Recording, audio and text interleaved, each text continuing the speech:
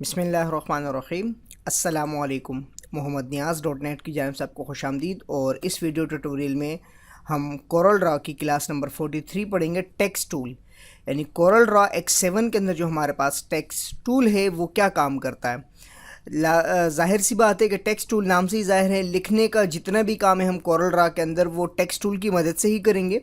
इस वीडियो हम text tool का काम इंशाल्लाह सीखेंगे। जब ये टूल्स वगैरह कंप्लीट हो जाएंगे तो प्रैक्टिकली मैं इंशाल्लाह जो रियल लाइफ के अंदर जो टेक्स्ट टूल के प्रॉब्लम्स होते हैं या उससे रिलेटेड जो वर्क होता है वो इंशाल्लाह मैं एक वीडियो के अंदर आपको सिखाऊंगा, और उर्दू के लिए अलग से एक वीडियो जो है लॉन्च करूंगा। तो यहाँ टेक्स्ट टूल को समझना है।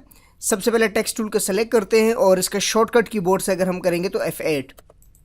जैसे ही मैं टेक्स्ट टूल को सेलेक्ट करता हूँ और यहाँ पर आके अपने स्क्रीन पर आके कहीं पर क्लिक करता हूँ, क्लिक करने के बाद ये कर्सर ब्लिंक कर रहा है। अब यहाँ पे हमने अपनी मर्ज़ी का कोई भी वर्ड टाइप कर देना है। जैसे कि मैं यहाँ पे अपनी वेबसाइट का URL टाइप कर देता हूँ। अब उसके बाद अगर आप उसकी प्रॉपर्टी में देखेंगे तो बाकी टूल्स की तरह यहाँ आपको दे रहा है ऑब्जेक्ट पोजीशन, यानी ऑब्जेक्ट की पोजीशन क्या होनी चाहिए।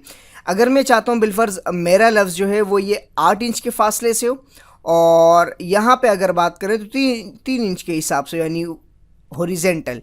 तो यहाँ मैं 3 प्रेस कर देता हूँ और इसके साथ यहाँ पे मैं प्रेस कर देता हूँ 8 एंड देन एंटर कर देता हूँ। ये देखिएगा, इसका सेंटर पॉइंट अगर हम देखेंगे तो 3 के हिसाब से हॉरिजेंटल, और अगर वाई एक्सिस यानी वर्टिकल हम देखेंगे तो 8 के हिसाब से। तो बिल्कुल परफेक्ट इसने यहाँ पे ये क्लियर कर दिया।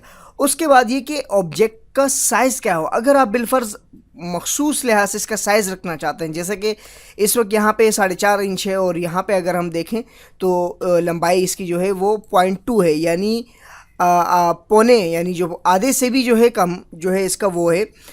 तो अगर मैं चाहूँ इसको अपनी मर्ज़ी से भी वो करवा सकता हूँ। जैसे कि मैं यहाँ पे कर देता हूँ 3 और यहाँ पे कर देता हूँ 0.5, आधी इंच का, और यहाँ पे मैं कर देता हूँ इंटर। जैसे मैं इंटर करता हूँ ये देखिएगा, अब आपने देखा जैसे मैंने इसको अपनी मर्ज़ी से कोई वो दिया मैनुअली तो इसका शेप बिल्कुल चेंज हो गया। अगर मैं चाहता हूँ कि मैं इसका हॉरिजेंटल या वर्टिकल कोई चीज़ चेंज करूँ तो दोनों एक साथ मूव करें, यानी कि इसकी साइज़ यानी कि शेप ख़राब ना हो, रेजोल्यूशन एक जैसी हो, तो कंट्रोल Z करता हूँ मैं। यहाँ से जो हमारा वो था यहाँ से हम कंट्रोल Z कर देते हैं, और उसके बाद देखिए यहाँ पे एक लॉक रेशो है, इस पर मैं चेक मार्क लगाता हूँ। अब यहाँ से मैं इसका साइज़ जो है वो 4 करता हूँ और एंटर करता हूँ। यहाँ अगर आपने गौर किया, मैंने जैसे 4 किया तो इसका वर्टिकल साइज़ जो है वो भी चेंज हो गया। अगर इसको मैं 3 करता हूँ, 3 करके एंटर करता हूँ तो गौर से देखिएगा आप, इसका साइज़ जो भी इसके साथ चेंज हो गया, क्योंकि यहाँ हमने इसका चेक मार्क लगाया था लॉक रेशो पे।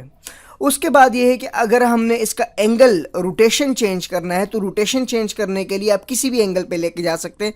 45 के एंगल पे लेके जा सकते हैं, आप इसको 90 के एंगल पे लेके जा सकते हैं, और इसी तरह हम इसको 180 या 360 किसी भी डिग्री या एंगल के अंदर इसको हम रोटेट करवा सकते हैं। उसके बाद अगर हमने मिरर करवाना हो, मिरर हॉरिजेंटली अगर आप यहाँ पे देखें तो हॉरिजेंटल ये मिरर कर देगा। ये देखिएगा, हॉरिजेंटल इसका मिरर कर दिया। ये देखें, जैसे कि अगर आप अपोजिट साइड पे कुछ लिखना चाहते हैं तो इस तरह आप इजीली कर सकते हैं। इसकी मिसाल, इसे कॉपी आप बना दे इसकी एक कॉपी वगैरह मूव टूल से बना के, देन यहाँ से मूव टूल लिया और इसकी एक कॉपी बनाई। कॉपी बनाने के बाद आप इसका मिरर निकाल दें। इस तरह भी कर सकते हैं। साए वगैरह के लिए हम ज़्यादातर इस टूल का इंतखाब करते हैं जब हम साए वगैरह पे काम करते हैं। तो यहाँ पर आते हैं, इसको हम कर देते हैं अपनी मर्ज़ी से। उसके बाद अगर वर्टिकली यानी कि हमने इसकी वर्टिकल अलाइनमेंट भी चेंज करनी है, यानी कि मिरर करना है, तो यहाँ से भी कर सकते हैं। देखिए अपोजिट कर दिया उसने से। तो साए के लिए हम लोग इसका इस्तेमाल करते हैं जो अभी मैं आपको बता रहा था। उसके बाद यहाँ पर आएंगे, ये इसके फ़ॉन्ट्स हैं। अगर मैं यहाँ देखूँ तो एरियल के जो सब फ़ॉन्ट्स हैं वो भी यहाँ पे शो कर रहे हैं, ये देखिएगा। इसी तरह हमारे पास यहाँ कुछ फ़ॉन्ट्स वगैरह मौजूद है। अगर मैं यहाँ आता हूँ, ये देखिएगा, मुख्तलिफ़ किस्म के मेरे पास फ़ॉन्ट्स मौजूद हैं और उस फ़ॉन्ट्स के सब जो ऑप्शन हैं वो भी मेरे पास अवेलेबल है। यहाँ मैं इस टेक्स्ट को सेलेक्ट करता हूँ और अब मैं किसी भी जो फ़ॉन्ट्स उसको सेलेक्ट करूँगा तो उसकी शेप यहाँ पे ये इख्तियार कर लेगा। ये देखिएगा, तो यहाँ पे सब्स भी होंगे, जो सब फ़ॉन्ट्स होंगे उसके मज़ीद फ़ॉन्ट्स वो भी ये शो करेगा। ये देखिएगा सब मेन्यू के अंदर। तो अपनी मर्ज़ी से किसी भी किस्म का कोई फ़ॉन्ट लगा सकते हैं और उसके अंदर जो है हम अपनी मर्ज़ी से एडिटिंग भी कर सकते हैं आगे। यहाँ इसके बाद अगर आपके पास वो फ़ॉन्ट साइज़ नॉर्मल जैसे बाकी आपके पास जो सॉफ्टवेयर्स वगैरह होते हैं उसके अंदर जैसे एडिटिंग होती है वैसे ही यहाँ पे भी है। और बोल्ड, इटैलिक, अंडरलाइन, इससे रिलेटेड जितनी भी चीज़ें हैं वो माइक्रोसॉफ्ट वर्ड या किसी भी दूसरे वर्ड प्रोसेसर के सॉफ्टवेयर में अगर आपने यूज़ किए हैं सेम वैसे ही है।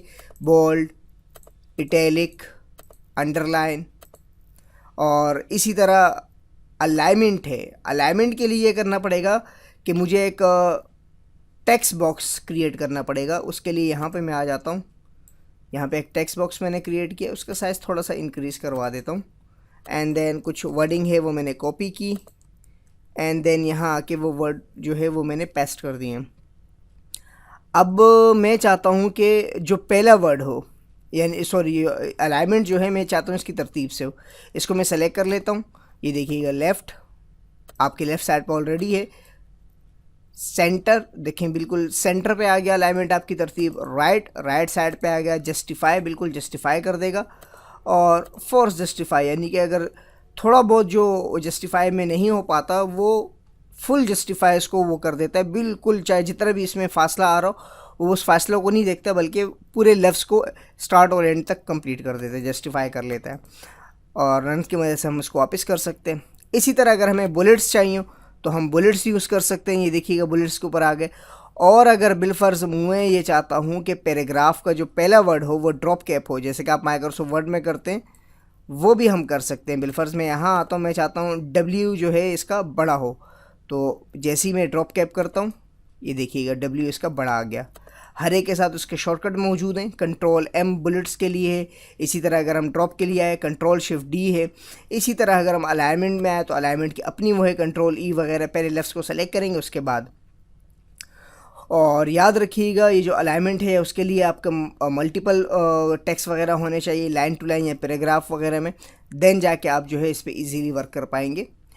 उसके बाद हमारे पास है टेक्स्ट प्रॉपर्टी। जैसे मैं टेक्स्ट प्रॉपर्टी को सेलेक्ट करता हूँ इसके अंदर आपके पास टेक्स्ट की प्रॉपर्टी वगैरह आ जाती है। जो भी हमारे पास टेक्स्ट होंगे उसके हवाले से आ जाएंगे। ये देखिएगा टेक्स्ट प्रॉपर्टी। अब यहाँ पे आपके पास वही फ़ॉन्ट्स है जो आपने इस्तेमाल किए हुए हैं। यहाँ आपको बोल्ड इटैलिक का केयर है, फ़ॉन्ट साइज़ है। यहाँ आपके पास स्पेसिंग है। स्पेसिंग से मुराद क्या होता है, बिलफर्ज अगर मैं यहाँ पर आऊँ और मैं चाहता हूँ इसके दरमियान थोड़ा सा स्पेस आए तो मैं यहाँ पे 10 करके दिखाता हूँ आपको। ये देखिए थोड़ा सा स्पेस है। अगर मैं इसको ज़्यादा करूँ तो आपको और इजीली समझ में आएगा। ये देखिएगा, यानी कि जो करेक्टर के बीच में स्पेसिंग है वो हम यहाँ से कर सकते हैं। इसी तरह अगर मुझे कलर चाहिए, कलर से मुराद अगर नो फिल करेंगे तो कोई कलर नहीं होगा। और अगर बिलफर्ज यूनिफॉर्म सिंगल कलर को कहते हैं, फाउंटेन फिल अगर हम करना चाहें तो वो भी कर सकते हैं। ये देखिए मल्टीपल, अगर आपने एडोब फोटोशॉप का कोर्स किया हुआ तो आपको ये चीज़ें बहुत आसान तरीके से समझ में आएंगी। इसके अंदर हमारे पास ऑप्शंस मौजूद हैं, स्टाइल्स मौजूद हैं, कलर्स वगैरह के वो हम लगा सकते हैं और थोड़ा सा टाइम वो करेगा ये। उसके बाद जो है हमारे पास और भी ऑप्शंस है। 2 कलर पैटर्न्स हैं, यहाँ पर आएंगे पैटर्न के लिहाज से वो चीज़ जो है अप्लाई करवा देगा। अगर आप यहाँ पे डॉक्यूमेंट में देख रहे हैं तो इंशाल्लाह ये जो चीज़ें हैं फाउंटेन फिल, वेक्टर और बिटमैप, टेक्सचर फिल वगैरह, ये चीज़ें इंशाल्लाह मैं आपको ये जो बाकी टूल्स आ रहे हैं इन इंटरेक्टिव ब्लेंड टूल वगैरह, इन चीज़ों के अंदर ये चीज़ें सिखाऊंगा जो आपको बड़ी इजी और आसान तरीके से समझ में आएंगी। यहाँ टेक्स्ट और टेक्स्ट पे ज़्यादा बेहतर अंदाज से नहीं समझ में आएगा आपको ये चीज़ें, टेक्सचर वगैरह। लेकिन जैसे ही जब मैं आपको किसी टूल्स वगैरह पे ये काम करवाऊंगा तो इंशाल्लाह वो शेप्स वगैरह में आपको बेहतर अंदाज से समझ में आएंगे। ये टेक्स्ट सही है, उसका हाईलाइटर है। जैसे आप टेक्स्ट पे कलर फिल करते हैं या तो कलर फिल कर दें या तो एक से ज़्यादा कलर वगैरह या पिक्चर्स या कोई भी चीज़ आप लगा सकते हैं। नॉर्मल हम एक आम सा कलर फिल कर देते हैं, यूनिफॉर्म सिंगल कलर। और हाईलाइट को अगर इसको मैंने हाईलाइट करवाना चाहता हूँ तो अपनी मर्ज़ी से किसी भी कलर में इसको हाईलाइट करवा सकता हूँ। और अभी ये सेलेक्ट इसलिए नज़र नहीं आ रहा था, सिलेक्शन मैंने हटाई दी तो आपको बिल्कुल क्लियर नज़र आएगा ये। इसी तरह आपके पास यहाँ पे आउटलाइन विद है। अगर मुझे आउटलाइन का कलर वगैरह चेंज करना है तो वो भी मैं चेंज करवा सकता हूँ। जैसे कि बेफर्ज आउटलाइन को मैं कर देता हूँ 0.5 और कलर मैं इसका कर देता हूँ येलो। अब आपको साफ़ नज़र आ रहा होगा इसका आउटलाइन के ऊपर जो कलर है। तो ये तमाम वही चीज़ें हैं, ये स्टाइल्स वगैरह, सुपरस्क्रिप्ट, सबस्क्रिप्ट वगैरह जितनी भी तमाम चीज़ें, ये माइक्रोसॉफ्ट वर्ड या एडोब फोटोशॉप में मैं आपको ऑलरेडी करा चुका हूँ, और यही पैराग्राफ की सेटिंग है। तो जिन लोगों ने ये चीज़ें नहीं की हुई है, उनको समझ में नहीं आ रही, तो वो वेबसाइट में आके mohammadniaz.net वेबसाइट है, वेबसाइट में आके लर्निंग का जो पेज है इसमें विज़िट करें। लर्निंग के पेज के अंदर आपके पास तमाम चीज़ें मौजूद है, लर्निंग्स के हवाले से बिल्कुल फ्री है, और आप यहाँ से सीख सकते हैं। किसी किस्म का प्रॉब्लम हो तो आप मुझे वेबसाइट पे कमेंट करें, इंशाल्लाह जितना हो सके मैं आपकी हेल्प करने की कोशिश करूँगा। और इसी टूल में आखिर में जो हमारे पास एक टूल है, ये भी ज़रा ख़ास है, एडिट टेक्स्ट टूल। अगर बिलफ़र्ज़ मैं सबसे पहले आके इसको कंट्रोल सेट कर देता हूँ, इसकी नॉर्मल हालत कर लेता हूँ। अब अगर मैं चाहता हूँ कि इसके अंदर भी एडिट कर सकूँ, यानी बिलफ़र्ज़ जो नियाज़ का एन है वो कुछ और फ़ॉन्ट में हो, एम हो या वो हो, तो वो भी मैं यहाँ से कर सकता हूँ। एडिट टेक्स्ट में आता हूँ कंट्रोल शिफ्ट टी की मदद से। अब मैं ये चाहता हूँ, एक मिसाल देता हूँ, यहाँ पे सिर्फ समझाना है। www मैं चाहता हूँ इसका जो फ़ॉन्ट्स हैं वो ज़रा चेंज हुए, देखिएगा, और .net जो है वो भी चेंज हो, तो वो भी मैं चेंज करवा सकता हूँ अपनी मर्ज़ी से किसी भी उसमें, जैसे इम्पैक्ट है या किसी भी चीज़ फ़ॉन्ट्स जो है मुझे पसंद हो वो फ़ॉन्ट्स मैं यहाँ से सेलेक्ट कर लूँगा। ये देखिएगा, ये फ़ॉन्ट्स मैंने चेंज रखा, ये फ़ॉन्ट चेंज रखा, स्टाइल्स है, बाकी तमाम चीज़ें हैं, ऑप्शंस में आएंगे, चेंज केस जो है, ये तमाम चीज़ें आप लोग स्पेलिंग चेक, फाइंड वगैरह तमाम चीज़ें जितनी भी हैं इसके अंदर, वो तमाम चीज़ें जो हैं आप लोग माइक्रोसॉफ्ट वर्ड वगैरह जो भी वर्ड प्रोसेसर के सॉफ्टवेयर यूज़ कर चुके हैं उन्हीं की चीज़ें। बस यहाँ पे जस्ट इसका टेक्स्ट टूल है, तो यहाँ से मैंने इसको चेंज किया। चेंज करने के बाद मैं इसको यहाँ से ओके करवाता हूँ। जैसे मैं इसको यहाँ से ओके करवाता हूँ, आप यहाँ देखेंगे कि इसका www चेंज हुआ, .net ये अलग चेंज हुआ। और अगर मज़ीद भी मुझे इसमें एडिटिंग करवानी है कुछ वो, तो यहाँ से मैं शेप टूल की तरफ आऊँगा। शेप टूल में आने के बाद अगर आप यहाँ पे गौर करेंगे, शेप टूल मैंने सेलेक्ट किया तो हर करेक्टर के साथ नीचे एक छोटा सा नोड आ गया। अब इस नोड की तरफ मैं आता हूँ, इस पर डबल क्लिक करता हूँ। जब नोट पे मैं डबल क्लिक करूँगा या नोट की प्रॉपर्टी पे मैं जाऊँगा, तो यहाँ से क्या होगा, मैं उसकी करेक्टर की स्पेसिंग वगैरह जो है वो चेंज कर सकता हूँ फिर। तो ये वर्क हम यहाँ से भी कर सकते हैं इंशाल्लाह। यहाँ जस्ट हमने इस टेक्स्ट टूल को जो है सीखना था कि टेक्स्ट टूल का काम क्या है और उसको किस तरह इस्तेमाल कर सकते हैं। और नेक्स्ट वीडियो में जब ये टूल्स वगैरह ख़त्म होंगे, जब मैं प्रैक्टिकली इन चीज़ों को करवाऊंगा, तो आपको बेहतर अंदाज से चीज़ें समझ में आएंगी। यहाँ जैसे आपने टेक्स्ट टूल का काम सीखा, प्रैक्टिकल अंदाज में जो प्रॉब्लम्स आते हैं या किसी भी किस्म का जो एरर होते हैं या वर्किंग होती है टेक्स्ट टूल के ऊपर, जैसे उर्दू में, अरबिक में या बड़े ज़्यादा वर्डिंग में हो करेक्टर वगैरह, वो जो काम है वो इंशाल्लाह मैं आपको इसकी एक वीडियो बनाऊँगा जिसमें टेक्स्ट के हवाले से कंप्लीट आपको इन्फॉर्मेशन हासिल हो जाएगी। अगर आपको किसी किस्म को प्रॉब्लम हो, कोई बात पूछनी हो, तो आप मेरी वेबसाइट में मुझसे पूछ सकते हैं कमेंट में। और ये वीडियोस अपने दोस्तों तक ज़रूर पहुंचाएं। और आप मुझे सोशल मीडिया पे भी फॉलो कर सकते हैं और वहाँ आप मुझसे अपना क्वेश्चन वगैरह पूछ सकते हैं। और इंशाल्लाह मुझसे जितना हो सके मैं आपकी हेल्प करने की कोशिश करूँगा। मिलते हैं नेक्स्ट ट्यूटोरियल में। अल्लाह नेगेबान।